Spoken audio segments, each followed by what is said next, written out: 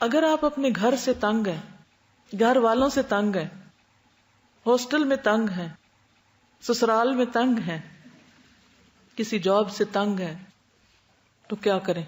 دعا کہ اللہ ان لوگوں کی محبت میرے دل میں ڈال دے، جن کی نفرت یا جن سے چڑ یا جن سے بیزاری اور اریٹیشن کی وجہ سے میں کچھ نہیں کر پاتی. معاملہ آسان ہو جائے گا نا. ہم یہ دعا ہی نہیں کرتے کہ اللہ ان کے دلوں کو میرے لیے مسخر کر دے یا مجھے ان کے لیے کارآمد بنا دے. تو اپنے ماحول کی صحت کے لیے بھی دعا کریں، ماحول کی بہتری کے لیے، پازیٹیو وائبز کے لیے، یعنی مثبت ایک ماحول اور ایک بہترین زندگی کے لیے دعا بھی کریں. یعنی ایک تو عافیت کی دعا، لیکن اگر عافیت نہیں اور بیماری آ گئی یا ایسے لوگوں سے واسطہ پڑ گیا کہ جہاں مشکل ہو گیا گزران، تو حل صرف بھاگنا نہیں. ہم اکثر کیا سوچتے ہیں؟ سسرال والے اچھے نہیں، میکے چلو. ہاسٹل اچھا نہیں، گھر چلو. یہ جاب اچھی نہیں، کوئی اور ڈھونڈ لو. یہی حل سوچتے ہیں نا. تو نبی صلی اللہ علیہ وسلم نے یہ نہیں فرمایا کہ مدینہ چھوڑ کے کہیں اور چلو. کیا کہا؟ اے اللہ ہمارے دلوں میں مدینہ کی محبت اسی طرح پیدا کر دے جیسے مکہ کی محبت، بلکہ اس سے بھی زیادہ، تاکہ ہمارا یہاں رہنا آسان ہو جائے، یہاں ہمارا دل لگ جائے. کریں گے یہ دعا؟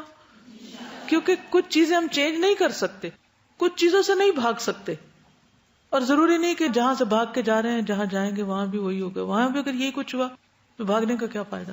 الم تر الی الذین خرجوا من دیارہم وہم الوف حذر الموت فقال لهم اللہ موتوا. وہاں بھی موت آ جائے گی، وہاں بھی جس سے بھاگے ہیں وہ چیز کیا پتہ سامنے ہو، پھر وہی آ جائے.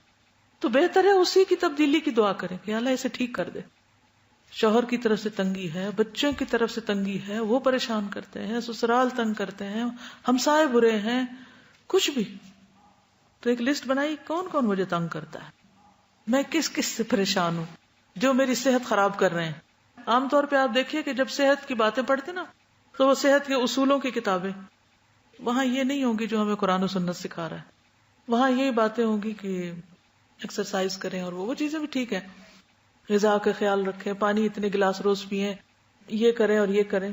لیکن دعا کا پہلو مسنگ ہے کہ ہر ٹیڑھے انسان کے لیے دعا کریں کہ وہ آپ کے لیے سیدھا ہو جائے تاکہ آپ کی زندگی آسان ہو جائے، یا یہ کہ آپ کے دل سے وہ نکل جائے، بوجھ اتر جائے اور آپ اس کی طرف سے بے فکر ہو جائیں تاکہ آپ سکون سے کچھ کر سکیں.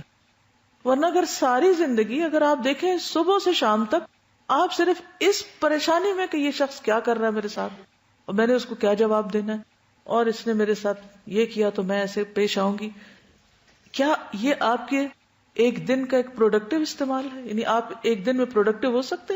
ان سوچوں کے ساتھ، اس انتقامی رویے کے ساتھ اور اس قسم کی نفسیات کے ساتھ آپ کبھی بھی کچھ نہیں کر سکتے.